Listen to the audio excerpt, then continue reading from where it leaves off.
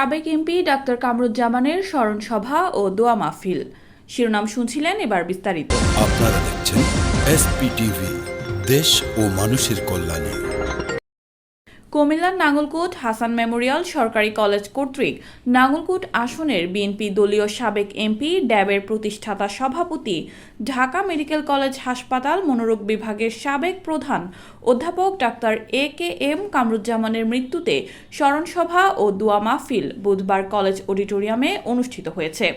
College অধ্যক্ষ professor Mohammad Firozul Alam চৌধুরীর সভাপতিত্বে প্রভাষক নুরুল আফসারের সঞ্চালনায় স্মরণসভায় বক্তব্য রাখেন নাঙ্গলকোট পৌরসভা সাবেক মেয়র মনিরুজ্জামান খান, জামানস ক্লিনিক ব্যবস্থাপনা পরিচালক মোহাম্মদ বশিরুজ্জামান, প্রভাষক ওহিদুর রহমান, লাইব্রেরিয়ান মোহাম্মদ জিয়াউল হক, কলেজ শিক্ষক সমিতির সাধারণ সম্পাদক হাসান আহমেদ মজুমদার।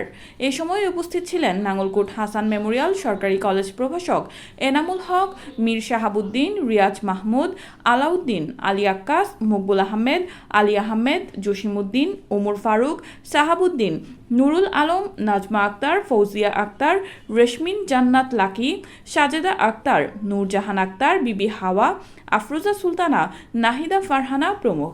স্মরণসভা ও দোয়া মাহফিল শেষে রওশন রফিক একাডেমির উদ্যোগে বিভিন্ন শিক্ষা প্রতিষ্ঠানের শিক্ষার্থীদের মাঝে আর্থিক সহায়তা প্রদান করেন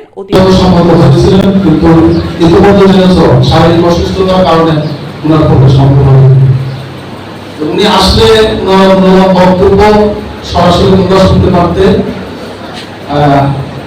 আমারও একটা সুযোগ হতো, আমিও ফিজিক্যালি ওনাকে এ পর্যন্ত দেখিনি, যেহেতু আমিও এই এলাকার মানুষ না।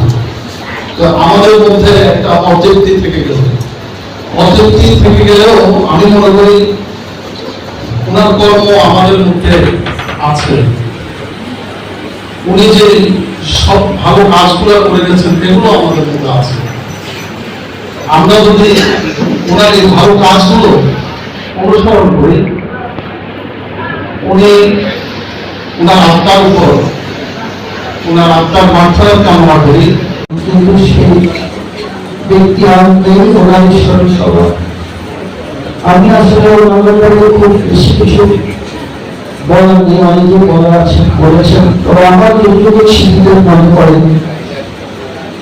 প্রথম লাইফের কথা কিছু মনে করি। উনি ডাক্তারি পাস করে আসার পরে ঢাকা মেডিকেলে, ইংল্যান্ড থেকে আসার পরে ঢাকা মেডিকেলে যখন ডক্টর হিসেবে জয়েন করেন এবং মানসিক ডিপার্টমেন্ট খোলেন, তারপর থেকে ওনার চিন্তা জাগ্রত হয় যে গ্রামের সেবা করবেন, গ্রামের মানুষের পাশে এসে দাঁড়াবেন। তখন উনি প্রথম নাঙ্গলকোট পল্লী ক্লিনিক নামে একটি ক্লিনিক করে আমাদের নাঙ্গলকোটে। এটাই ওনার প্রথম পদার্পণ। সেটা নাঙ্গলকোট হাই স্কুলের ছোট্ট একটি জায়গায় উনি পল্লী ক্লিনিকটা চালু করেন এবং এই পল্লী ক্লিনিক চালু করে আমাদের এখানকার কয়েকজন ভাইদেরকে নিয়ে আদিমপুর নাঙ্গলকোটে একটা বিয়োগ করেন শিশুদের এবং প্রতিবন্ধীদেরকে নিয়ে। সেখান থেকে ওনার নাঙ্গলকোটের কর্মজীবন শুরু এবং নাঙ্গলকোট হাই স্কুলের সাথে জড়িত হয়ে অনেকগুলো গাছও লাগিয়েছিলেন, কিন্তু স্কুলে কিন্তু এখন সে গাছগুলো রক্ষা করতে পারেনি, যেগুলি ছিল। এবং সেখান থেকে শুরু করে আজকে পা করে নাঙ্গলকোটের প্রায় 12টি প্রতিষ্ঠান ওনার দ্বারা প্রতিষ্ঠিত হয়েছে। আপনারা যারা সামনে আছেন, বিশেষ করে ছাত্র ছাত্রীদের, আপনারা হয়তো অনেকগুলো কিছু জানেন না, জানার কথাও না। ওনাকে ব্যক্তিগতভাবে আপনারা অনেকেও ছিলেন না, ওনাকে দেখেনি।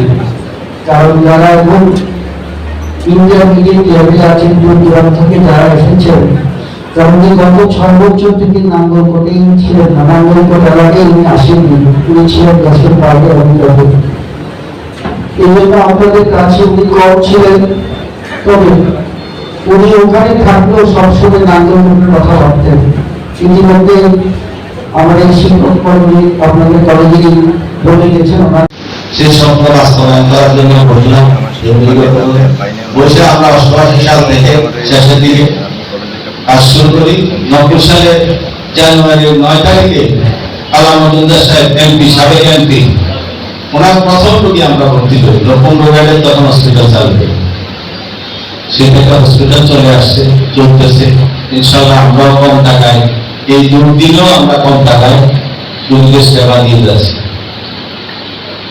এটা হলো একটা জিনিস। তারপর আমার বললো যে আর কি বাকি আছে, কারণ উনি ওই যে আমেরিকাতে ওনাকে জিজ্ঞাসা করতে, আপনার দুটা হসপিটাল চলে, কে আছে? আমার আমেরিকা, বাংলাদেশে আমার 3টা ছেলে আছে। 3টা ছেলে বলতে আমি বসিরুজ্জামান, আসাদুজ্জামান, ওনার 3 ছেলে বাংলাদেশে। আমরা সেইভাবে ওনার ছেলে হিসাবে আমরা ওনাকে সেবা দিতাম। আমরাও মনে করতাম যে আমাদের আব্বা চলে গেছে 90 সালে, আমরাও পিতার মর্যাদা দিয়ে ওনাকে রাখতাম। এবং উনি যেভাবে চলা, ওনার চলা পথগুলো আমরা অনুসরণ করতাম। অসহায় মানুষদের পাশে দাঁড়ানো, যে কোনো কাজে, যে কোনো কল্যাণমূলক কাজে, খারাপ কাজ ছাড়া কল্যাণমূলক কাজে যা যা করার জন্য উনি অনুপ্রেরণা দিতেন বা দিয়ে গেছেন বা দেখাইছেন, পথ দেখাইছেন। আমরা এখনো চেষ্টা করছি, আমরা 3 ভাই ওনার সন্তানের মর্যাদাটা যেন রাখে থাকে, সেজন্য আমরা এখনো চেষ্টা করতেছি। ইনশাআল্লাহ আমার বিশ্বাস যে আমরা মৃত্যুর আগ পর্যন্ত আমরা এই সেবা নিয়েই যাব। SPTV দেশ ও মানুষের কল্যাণে।